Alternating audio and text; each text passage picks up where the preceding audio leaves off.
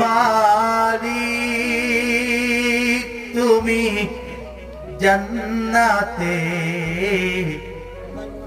তোমার পাশে আমার একটি ঘর বানিয়ে দিও। পড়ে নামে মালিক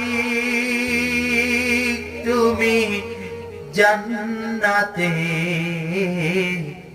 তোমার পাশে আমার একটি ঘর বানিয়ে দিও। রে আল্লাহ আমার সব ইবাদত কবুল করে নিও। আল্লাহ আমার কন্যা আল্লাহ